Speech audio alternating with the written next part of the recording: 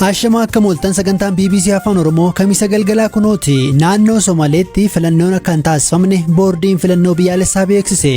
Marii hooggantoonni addunyaa ijoo torba boru UK walgahan irratti dhimmi Itoophiyaa ajandaan qabamu qondaalli olaanaa US beeksisan. The G7 will meet tomorrow. Start its meeting tomorrow, and the G7 has Ethiopia. Biyyoonni garee torba yookiin G7 boru wal argu. Marichi Itoophiyaa akka ajandaa tokkotti qabateera. Kanneen Amaanuel Wandimuu irratti ajjeechaa raawwatan akka gaafataman Human Rights Watch gaafate. Documented how security forces magaalaa Dambidolloo keessatti humnoonni nageenyaa dargaggoo umurii 17 Amaanuel jedhamu Giddugalli kanneen buna dhandhamananii fi akaan Itoophiyaatti banamuu fi kaanis jiru ammayyuu taana isiniif dhiyeessa.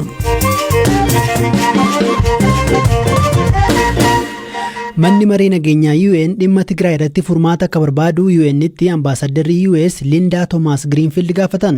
Guyyaarraa dhimma deeggarsa namummaa Tigraay irratti qondaaltonni US fi gamtaa Awurooppaa marii walloo onlaayinii gaggeessaniiru. Ambaasaddar Greenfield maal sodaanna wanti dhoksinu maali dadhabinni mana maree nageenyaa fudhataman qabu jechuun dubbataniiru. Chaayinaa fi Raashiyaatti waan akeekame fakkaatuun lubbuun lammiilee Afrikaa gatiin qabuu jechuun biyyoota lama kana dura adeemsa US morman gaafataniiru. Akka xiinxala ejensiiwwan UN fi dhaabbilee gargaarsaan taasifamee fi dookumentii irraa gadhiifame irratti lammiileen 300,000 fi 50,000 Tigraayitti hanqina nyaataaf saaxilamaniiru jedheera. Hogganaan olaanaa deeggarsa namummaa UN Mark Lowcock faallaa waan qondaaltonni Itoophiyaa jedhaniin Itoophiyaa keessa beelli jira jechuun himaniiru. What does this report tell us? Well, it paints a Gabaasni kun maal nutti hima? Egaan haala ammaataa jiru nutti agarsiisa. Tigraay keessa beelli jira. Eeyyeen beelli jira. Lakkoofsi namoota beelaaf saaxilamanii jiranii erga 2011 keessa namoonni miiliyoona nuusa ta'an Soomaaliyaa keessatti lubbuu dhabanii asitti kan kutaa addunyaa kamiiyyuu kan caaludha. Namoonni miiliyoona 2 ta'an kan biroonis ammoo fiixee beelaarra jiru. Kunis namoota Amaaraa, Affaar fi Tigraay keessa jiran ni dabalata. And they include people in Afar and Amhara as well as in Tigray. Mark Lowcock kanneen ulaa deeggarsa namummaa danqan jedhan kan tarreessan yoo ta'u qaamoleen lola keessa jiran hundi badii raawwatu dubbataniiru. Well, there's only 3 things we need to do. Waan sadii qofa gochuu qabna. Karaa gargaarsi ittiin seenu fooyyessuu, dhaabbilee gargaarsaa jajjabeessuu fi maallaqa ga'aa argachuudha. Sa'aatii tokko dura gabaasa haalota gargaarsi bakka barbaadamu akka hin geenye taasisan ilaalu tokko na dhaqqabee ture. Gabaasichis kan ji'a caamsaa qofa kan agarsiisudha. Mudannoowwan gargaarsa danquu 131 ta'antu mudate. Kunneenis warra gargaarsa dhiyeessu dararuu, haleellaa irratti raawwachuu fi hidhaa dabalata. Mudannoowwan 131 gabaasa sana keessatti ibsaman keessaa 50 kan ta'an loltoota Eertiraatiin, 54 ammoo badii loltoota Itoophiyaatiin raawwatamanidha. 4 loltoota Itoophiyaa fi Eertiraatiin wal ta'uudhaan kan raawwataman yoo ta'u, 21 ammoo milishaa Amaaraatiin kan raawwatamanidha. Tokkichi ammoo humnoota Tigraayiin raawwatame. Hundi isaaniiyyuu amala isaanii kana sirreeffachuu qabu jenna. Everybody, all of those groups need to improve their behavior. Gama kaaniin marii guyyaa buruu hooggantoonni biyyoota addunyaa dinagdeen badhaadhan torba yeroo jalqabaaf qaamaan UK'tti walgahan irratti ajandaan tokko dhimma Itoophiyaa ta'uu gaanfa Afrikaatti ergamaan addaa US Jeffrey Feltman marii har'aa irratti himaniiru. The G7 will meet tomorrow. Start its meeting tomorrow, and the G7 has Ethiopia. Biyyoonni garee torba yookiin G7 boru wal argu. Marichi Itoophiyaa akka ajandaa tokkotti qabateera. Kunneen hooggantoota ajandaa idil-addunyaa uumamuu danda'anidha. Kun akka dhimmichi xiyyeeffannoo argatu akka taasisu abdiin qaba. Dhimma Itoophiyaa keessaaf gareen biyyoota torbaa G7 beekamtii kenneera. Yeroon manni maree nageenyaa UN beekamtii kennuufis amma. The G7 recognizes it, and it's time for the Security Council itself to recognize this. Mariin qondaaltonni US fi gamtaa Awurooppaa taasisan ejjennoo wal fakkaataa akka qabaatan kan kaayeffatedha. Jeffrey Feltman yaaddoon isaanii dhimma Tigraay qofa osoo hin taane dhimma Itoophiyaa maraa ta'uu himanii furmaanni siyaasaa akka barbaachisu dhaamaniiru. We need to be pushing collectively for ceasefire. Lolli akka dhaabbatu, ulaan deeggarsaa akka banamu, akkasumas loltoonni Eertiraa akka ba'an dhiibbaa taasisuu itti fufuu qabna. Akkasumas deeggarsa lubbuu hambisuudhaaf taasifamu cimsuu qabna. Naannoo Tigraay qofaatti miti. Bakkeewwan Itoophiyaa garaa garaatti hokkarri, muddamnii fi rakkoon jira. Rakkoowwan kanaaf furmaanni waraanaa hin jiru. Furmaata siyaasaa malee. Sababa kanaaf lammiileen Itoophiyaa adeemsa siyaasaa egeree isaanii tolchuuf adeemsa waraanaa irraa otoo hin taane walitti dhiyaatanii akka waliin hojjetan sagalee tokkoon haala tokkummaa'een dhiibbaa taasisuu qabna. Not by relying exclusively on military.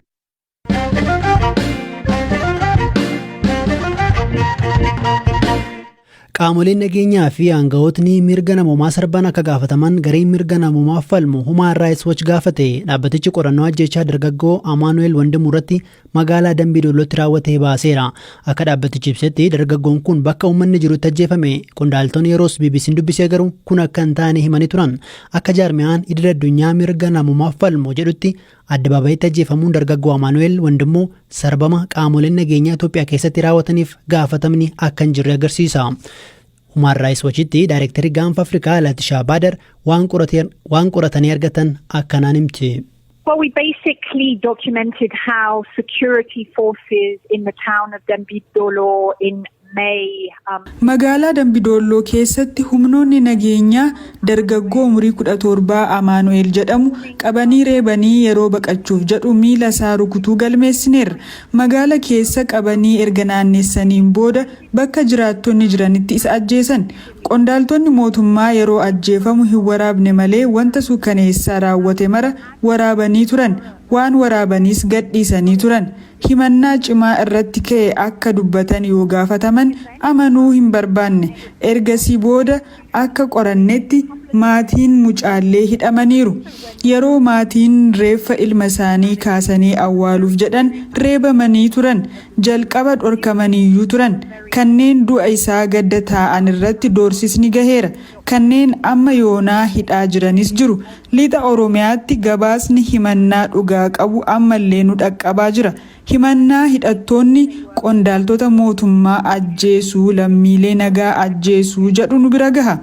Haala muddama qabutu jira. Haa ta'u malee kanneen badii raawwatan gaafatamuu dhabuu fi itti gaafatamni dhabamuun ajjechaa guyyaa adii Amaanu'eel irratti humnoota nageenyaan raawwate dabalate hawaasni naannichaa rakkoo hammaataa keessa akka jiran agarsiisa. Is contributing to this incredibly difficult context for the community.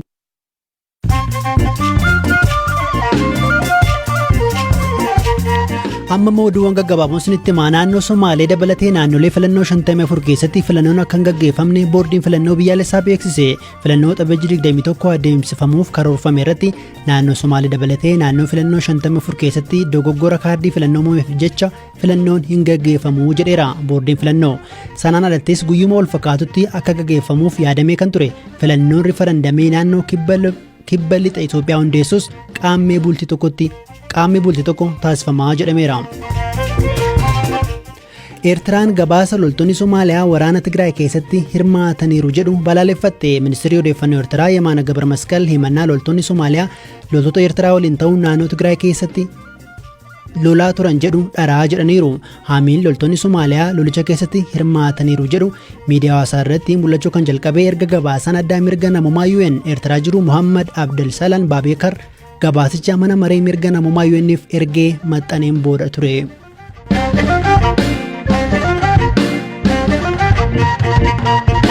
Oduu biraattan ja'a Adamoo bineensota bosonaa dhorkuuf mootummaan Keeniyaa fala dhiyeesse. Akka tajaajilli bineensa bosonaa Keeniyaa eegu yookiin immoo tiksu KWS jedhutti gosti Keeniyaa hedduun sababa aadaaf jecha bineensota bosonaa ajjeesu.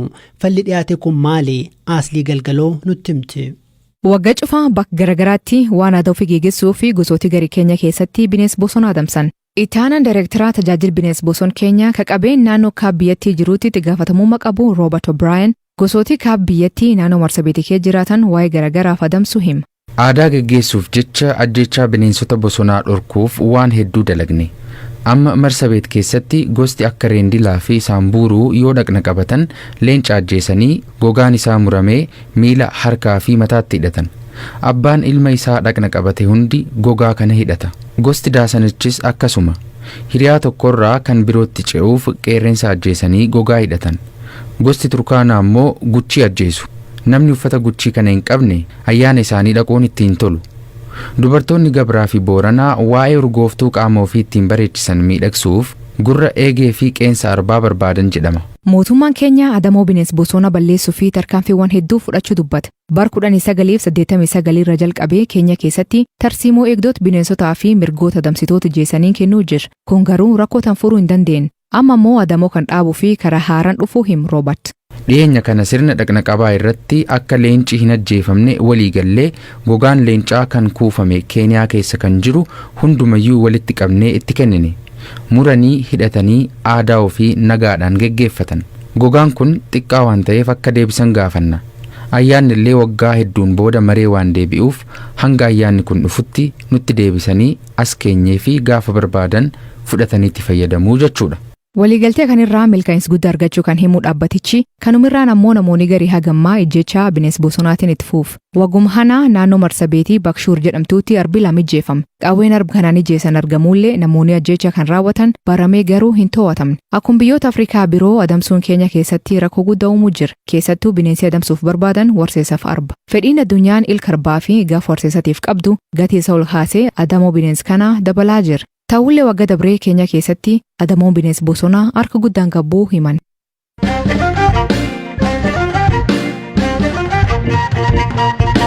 Kan xumuraarra geenyeerraa gidduugalli buna irratti bu'aa dabaluun ogeessota leenjisuuf kaayyeffate Itoophiyaa keessatti hundaa'eera. Kanneen eebbifaman buna akaa'uu fi dhandhamuu ni leenji'u jedhameera. Gidduugalli kun Afrikaa keessatti isa jalqabaa yoo ta'u, gabaa biyya alaa fi kan biyya keessaa irratti xiyyeeffachuun akka hojjetu dhaabbata UN UNIDO jedhamutti gorsaa kan ta'an obbo Fetsuun Bakarii BBCtti himaniiru. በአይነቱ ከኢትዮጵያ ብሎም እንደ አፍሪካ የመጀመሪያው ነው የሚያደርገው ዊርቱን ኩን አፍሪካ keessatti isa jalqabaati wiirtuleen amma yoonaa jiran ogummaa buna dhandhamuu malee kan akka baariistaa buna akaa'uu fi saamsuu irratti leenjii hin kennani kanatu adda isa taasisaani bunni maasiirraa akkuma dhufeen bu'aa itti daballa akkamiin akka akaa'amu akkamitti akka saamsamuu fi akka itti ergamu irratti leenjii kennina sanaan alattis ogummaa baariistaa barmaataan hojjetamu irratti leenjii kennina isaan alattis warri buna alatti erganii fi akkasumas namni fedhii buna irratti hojjechuu qabu hundumtuu dhufee leenji'uu danda'a. Kanaan dura namoonni ogummaa kana irratti barnoota argatan Xaaliyaanii fi Jarman deemuudhaan leenji'aa turanii.